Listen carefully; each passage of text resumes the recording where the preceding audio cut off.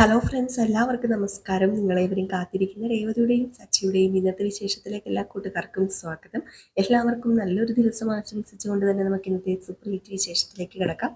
അതിനു മുമ്പായിട്ട് ആരെങ്കിലും നമ്മുടെ ചാനൽ ആദ്യമായിട്ട് കാണുന്നുണ്ടെങ്കിൽ ഇതുവരെ സബ്സ്ക്രൈബ് ഒന്നും ചെയ്തു വെച്ചിട്ടില്ലെങ്കിൽ തീർച്ചയായിട്ടും ഒന്ന് സബ്സ്ക്രൈബ് ചെയ്ത് വെച്ചോളൂ. അതിനോടൊപ്പം മാക്സിമം എല്ലാവരും നമ്മുടെ വീഡിയോ ഇഷ്ടപ്പെടുകയാണെങ്കിൽ ഒരു ലൈക്കും കൂടി അടിച്ചിട്ട് പോകാവുള്ളൂ. അപ്പം നമുക്ക് നേരെ ഇന്നത്തെ വിശേഷത്തിലേക്ക് തന്നെ കിടക്കാം അല്ലേ. അങ്ങനെ തുടങ്ങുമ്പോൾ തന്നെ കാണിക്കുന്നത് നമ്മുടെ ചന്ദ്ര പറയുക, ഓ നിങ്ങൾ ഓരോന്ന് പറഞ്ഞ് എൻ്റെ സുതിമോനെ തളർത്തല്ലേ, നിങ്ങൾക്ക് സുതിയെ ശരിക്കും മനസ്സിലായിട്ടില്ല. ഒരവസരം കിട്ടിയാലേ ഇവർ റോക്കറ്റ് പോലെ കുതിക്കും, അറിയാമോ? അപ്പോഴത്തേക്ക് നമ്മുടെ രവീന്ദ്രൻ പറഞ്ഞു, ദേ ഈ ദീപാവലിക്കും വിഷുവിനും ഒക്കെ കത്തിക്കുന്ന റോക്കറ്റ് പോലെയാണോ ഇവൻ കുതിക്കുന്നത്? അത് കുറച്ച് മുകളിലേക്ക് ചെന്നിട്ടേ താഴേക്ക് പതിക്കും. അതുകൊണ്ട് ഞാൻ ചോദിച്ചതാ. എൻ്റെ പൊന്നു രവിയേട്ട, ഇവന് നിങ്ങളുടെ മകനല്ലേ, ഇങ്ങനെ കളിയാക്കാമോ? ഇവന് വെറുതെ ഇട്ട് കളിയാക്കുക. ഇവനെയൊക്കെ ഉണ്ടല്ലോ, ശരിക്കുള്ള റോക്കറ്റ് കിട്ടി ആകാശത്തേക്ക് വിടേണ്ട സമയം കഴിഞ്ഞു. അതാ എടാ, പെട്ടെന്ന് ഒരു ജോലി നീ കണ്ടെത്താൻ നോക്ക്, ഇല്ലെങ്കിൽ നിന്നെ റോക്കറ്റ് കിട്ടി തന്നെ ഞാൻ അയക്കും. അപ്പോഴത്തേക്ക് നമ്മുടെ ശ്രുതി പെട്ടെന്ന് വന്നു കേട്ടോ. ശ്രുതി പെട്ടെന്ന് വന്ന് ആന്റീന്ന് വിളിച്ചുകൊണ്ടാണ് ഇങ്ങനെ വന്നത്. അപ്പോഴത്തേക്കാണ് പെട്ടെന്ന് നമ്മുടെ ശ്രുതി ചോദിച്ചത്, എന്തു പറ്റി നീ ഇപ്പം വന്നത്? നീ എന്നെ ഫോൺ വിളിച്ചായിരുന്നല്ലോ, എന്തോ അമ്മയ്ക്കൊരു സർപ്രൈസ് ഉള്ളതൊക്കെ പറഞ്ഞുകൊണ്ട് ആ സർപ്രൈസും കൊണ്ടാണ് വന്നേക്കുന്നത്. അതെ, ഞാൻ ആ സർപ്രൈസും കൊണ്ടാണ് വന്നേക്കുന്നത്. ഇതാ സർപ്രൈസ് എന്ന് പറഞ്ഞുകൊണ്ട് അങ്ങ് കൊടുക്കുകയാണ് കേട്ടോ, ഒരു കൂടിനകത്ത് എന്തോ ഒരു സാധനം. അപ്പോഴത്തേക്കും നമ്മുടെ ചന്ദ്രയ്ക്ക് അങ്ങോട്ട് ദഹിച്ചില്ല. ചന്ദ്ര, എന്താ ഇത്? അത് പിന്നെ ആന്റി തുറന്നു നോക്കാം, എന്നാലല്ലേ ആന്റിക്ക് അറിയത്തുള്ളൂ. അപ്പോഴത്തേക്ക് ശ്രുതി പറഞ്ഞു, വാങ്ങിക്ക് ആന്റി, അല്ല ആന്റി എന്നല്ല അമ്മേ, അത് വാങ്ങിക്ക്, സർപ്രൈസ് അല്ലേ, ശ്രുതി തരുന്നതല്ലേ. അപ്പോഴത്തേക്ക് നമ്മുടെ ചന്ദ്ര അത് മേടിച്ചു. പതുക്കെ തുറക്കുകയാണ്. പതുക്കെ തുറന്നപ്പോഴത്തേക്കും ഇത് ഒരു സാരിയാണെന്ന് തോന്നുന്നല്ലോ. അപ്പോഴത്തേക്കും നമ്മുടെ ശ്രുതി പറഞ്ഞു, അല്ല പ്രത്യേകിച്ച് വിശേഷമൊന്നുമില്ല, പിന്നെ ഇതിന് നീ അമ്മയ്ക്ക് സാരി മേടിച്ചു കൊടുത്തതാ? അയ്യോ, ഇത് ഞാൻ മേടിച്ചതല്ല, അത് എൻ്റെ ഇളയച്ചനില്ലേ മലേഷ്യയിൽ നിന്ന് അയച്ചു തന്നതാ. മലേഷ്യയിൽ നിന്ന് അയച്ച സാരിയോ? ആ അതേ നീ, ഇത് മലേഷ്യയിൽ നിന്ന് അയച്ചതാ. ഇളയച്ചനും ഇളയമ്മയും കൂടെ ചേർന്ന് ആന്റിക്ക് ഇത് മേടിച്ച് കൊറിയർ ചെയ്തതാ. അപ്പോഴത്തേക്കും നമ്മുടെ രവീന്ദ്രൻ പറഞ്ഞു, നമ്മുടെ രാജ്യത്ത് നിന്ന് മലേഷ്യയിലേക്ക് സാരി കയറ്റി അയക്കാറുണ്ടല്ലോ, ഇനിയിപ്പം അത് തന്നെ ആയിരിക്കും ഇത്. അത് പിന്നെ മലേഷ്യയിൽ നിന്ന് സ്പെഷ്യലായിട്ട് ഹാൻഡ് വർക്ക് ചെയ്തെടുത്ത സാരിയാ ഇത്, അല്ലാതെ ഇവിടുത്തെ സാരി അല്ല അങ്കിളെ, ഇത് മലേഷ്യയിലെ സ്പെഷ്യലാ. ഇളയച്ചനെ ആന്റിക്കായിട്ട് പ്രത്യേകം ഓർഡർ ചെയ്ത് മേടിച്ചതാ. അത് കണ്ടില്ലേ, അത് കാണുമ്പോ തന്നെ അറിയില്ലേ. പിന്നെ ഇതേ 10,000 രൂപയ്ക്ക് മേളിൽ വരും. അത്ര വില കൂടി സാരിയാ, ഇതൊന്നും ഇവിടെ കിട്ടില്ല. ഏ എനിക്ക് വേണ്ടി പ്രത്യേകം ഓർഡർ ചെയ്ത് മേടിച്ചാണോ മോളെ നിന്റെ ഇളയച്ചൻ?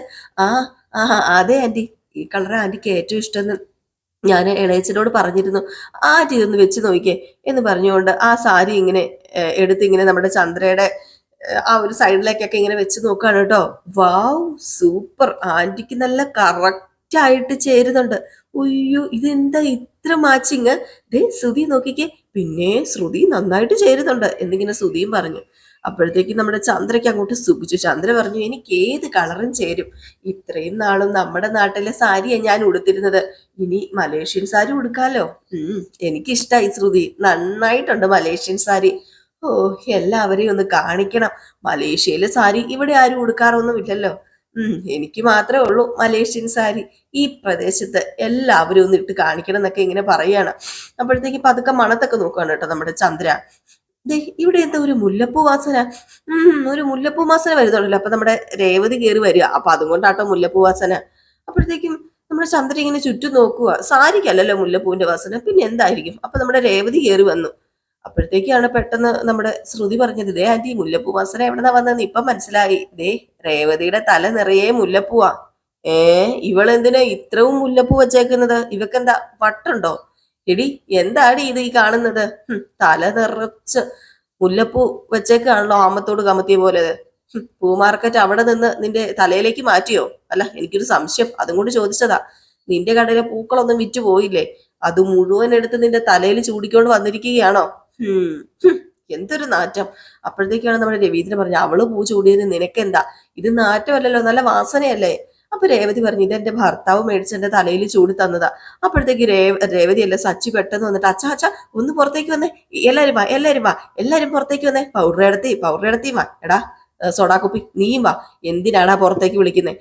എന്താന്ന് എഴുതി എമിറ്റേഷൻ തന്നാലേ നീയും വരത്തുള്ളോ? വരാനാ പറഞ്ഞത്. അപ്പോഴത്തേക്ക് രേവതി പെട്ടെന്ന്, വർഷേ ഇങ്ങ് വാ, ശ്രീകാന്തേ ഇങ്ങ് വാ എന്ന് പറഞ്ഞ് വിളിക്കുകയും ചെയ്തു.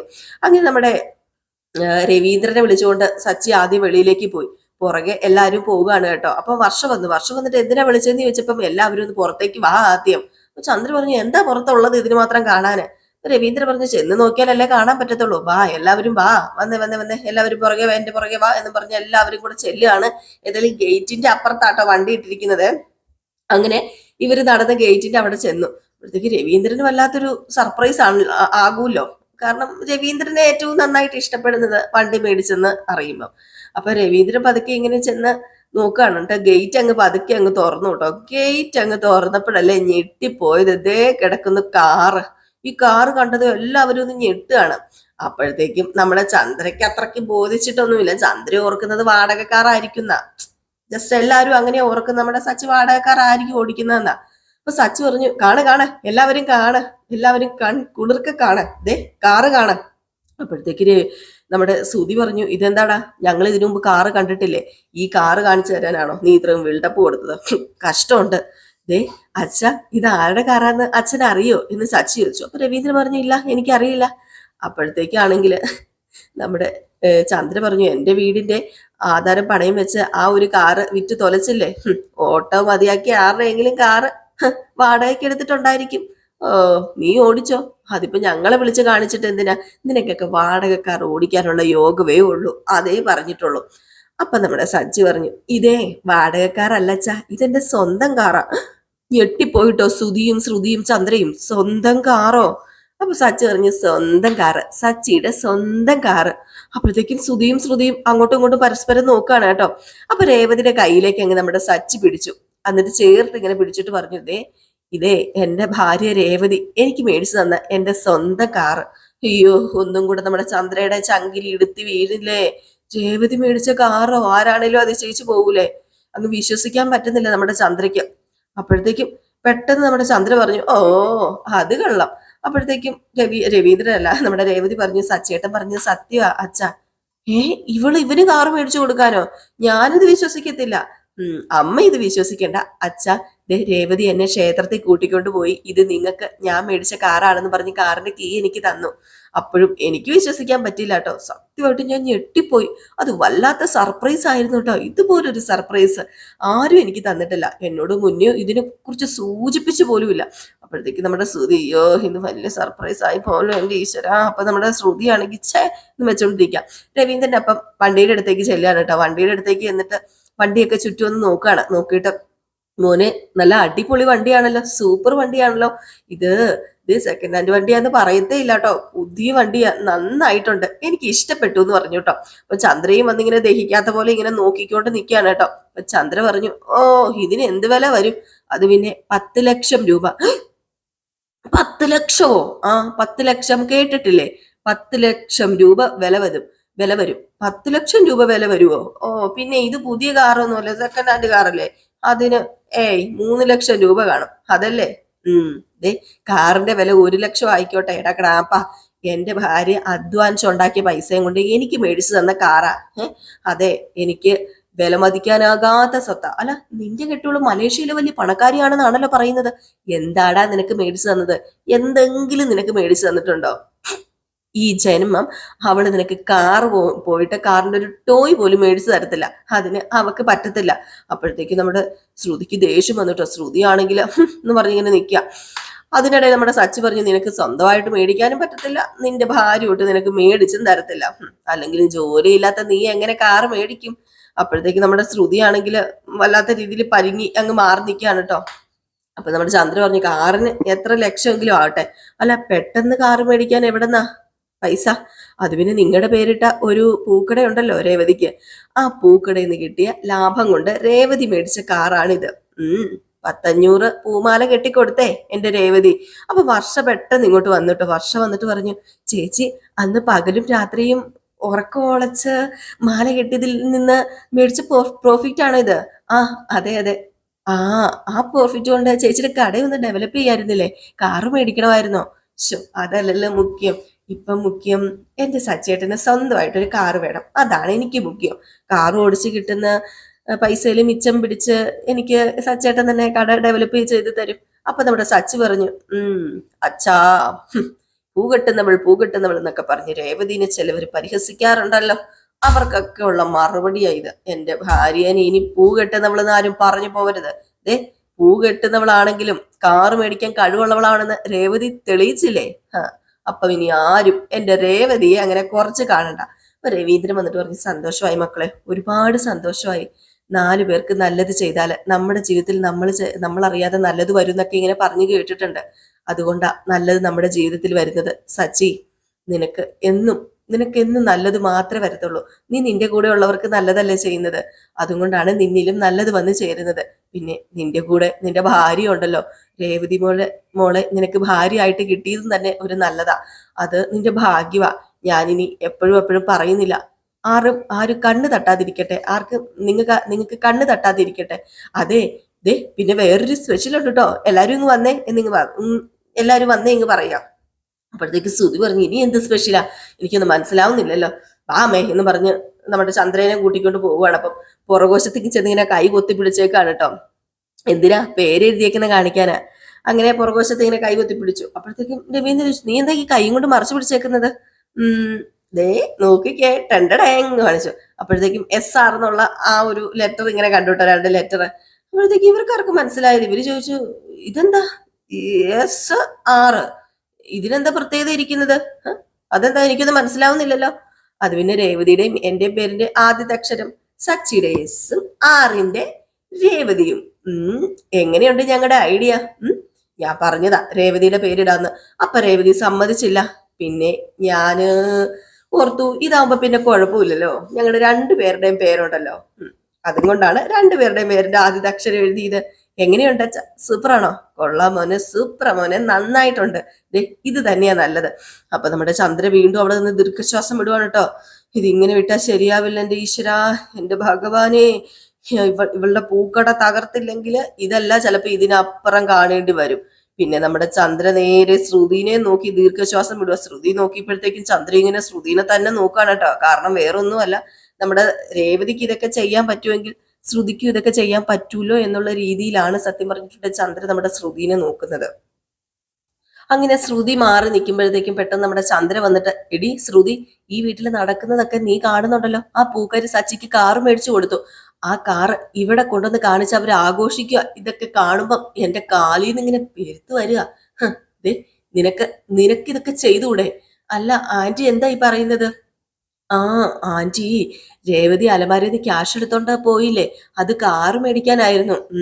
അതെ അതെ അതെ, അത് തികയാഞ്ഞിട്ട് പലിശയ്ക്ക് വേറെ ക്യാഷ് മറിച്ചു പോലും.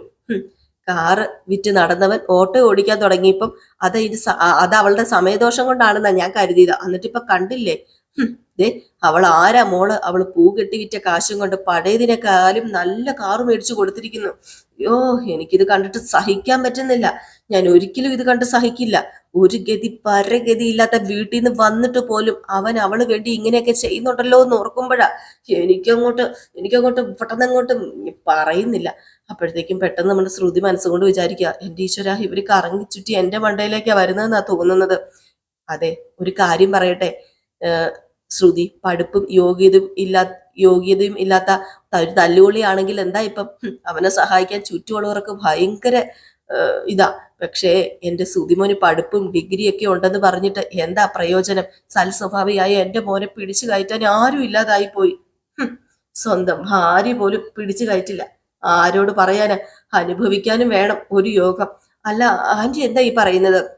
ആന്റി വിഷമിക്കാതെ, ശ്രുതിക്ക് നല്ലൊരു ജോലി കിട്ടിയിട്ട് നല്ലതുപോലെ തന്നെ ജീവിക്കും. കണ്ടോ ഇത്രയൊക്കെ ആയിട്ടും അവന് നല്ല രീതിയിൽ ജോലിയൊക്കെ മേടിച്ചു കൊടുത്ത് ഒരു കരക്കെത്തിക്കണം എന്ന് നിനക്കില്ല. ജോലി കിട്ടും, നാളെ തന്നെ കിട്ടും. അവൻ കുറെ സമ്പാദിക്കുകയും ചെയ്യും. കാത്തിരുന്നോ. അല്ല ആന്റി എന്താ ഈ പറയുന്നത്? ശ്രുതിക്ക് ജോലി കിട്ടാത്തതിന് ഞാൻ എന്ത് ചെയ്യാനാ? എന്താ ശ്രുതി നീ ഒന്നും അറിയാത്ത പോലെ സംസാരിക്കുന്നത്? നീ മനസ്സ് വെച്ചിരുന്നെങ്കിലേ ഇന്ന് അവൻ ലക്ഷങ്ങൾ കൈയിട്ട് അമ്മാനമാടുന്ന വലിയൊരു മുതലാളിയായേനെ. നിനക്ക് നിന്റെ അച്ഛനോട് പറഞ്ഞിട്ട് കുറച്ച് പൈസ മേടിച്ചിട്ട് അവനൊരു ബിസിനസ് തുടങ്ങാൻ കൊടുത്താൽ എന്താ? ഒരു ബിസിനസ് തുടങ്ങി കൊടുത്താൽ എന്താ കുഴപ്പം? അപ്പൊ എന്ത് സംഭവിക്കും? എന്റെ മോനെ ആരും താഴ്ത്തിക്കെട്ടില്ല. അവനും എല്ലാവരെയും പോലെ തന്നെ എല്ലാവരെക്കാളും മുകളിലുള്ള ഒരു പണപ്പെട്ടവനാവില്ലേ? നിനക്കതിനുള്ള കഴിവില്ല. നിനക്കതിനുള്ള കഴിവുണ്ടായിരുന്നെങ്കിലേ നീ നേരത്തെ ഇത് ചെയ്തേനെ. രേവതി ഒരു വകയും ഇല്ലാതെ വന്നതാ. എന്നിട്ട് അവള് പൂമാല കിട്ടിയ പൈസ കൊണ്ട് അവന് കാറ് മേടിച്ചു കൊടുത്തു. എന്നിട്ട് എന്നിട്ടോ എന്നിട്ട് നിനക്ക് എന്തെങ്കിലും നിന്റെ ഭർത്താവിനെ കൊടുക്കാൻ പറ്റിയിട്ടുണ്ടോ? അവൻ പറഞ്ഞത് കേട്ടില്ലേ സച്ചി, നിന്റെ ഭാര്യ നിനക്ക് എന്തെങ്കിലും മേടിച്ച് തന്നിട്ടുണ്ടോന്ന്. അത് തന്നെ എനിക്കും ചോദിക്കാനുള്ളത്. നീ എന്തെങ്കിലും അവന് കൊടുത്തിട്ടുണ്ടോ? നിന്റെ അച്ഛൻ മലേഷ്യക്കാരനാണ്, നിന്റെ ഇളയച്ചൻ മലേഷ്യക്കാരനാണ്, നീ വലിയ പണപ്പെട്ടവളാണ്. എന്നിട്ട് എന്തെങ്കിലും ഉപകാരം ഉണ്ടായോ എൻ്റെ മോന്? അതുകൊണ്ടാ ഞാൻ ഇതൊക്കെ ഇപ്പം വന്ന് പറയുന്നത്. പിന്നെ ശ്രുതി, എൻ്റെ മോന് ശമ്പളം വാങ്ങുന്ന ജോലിയല്ല, ശമ്പളം കൊടുക്കുന്ന ജോലി. എല്ലാവർക്കും ശമ്പളം കൊടുക്കണം. അവൻ്റെ കമ്പനിയിൽ ജോലി ചെയ്യുന്ന എല്ലാവർക്കും ശമ്പളം കൊടുക്കുന്ന ഒരിതായിരിക്കണം. അല്ലാതെ അവൻ ശമ്പളം മേടിക്കുകയല്ല ചെയ്യേണ്ടത്.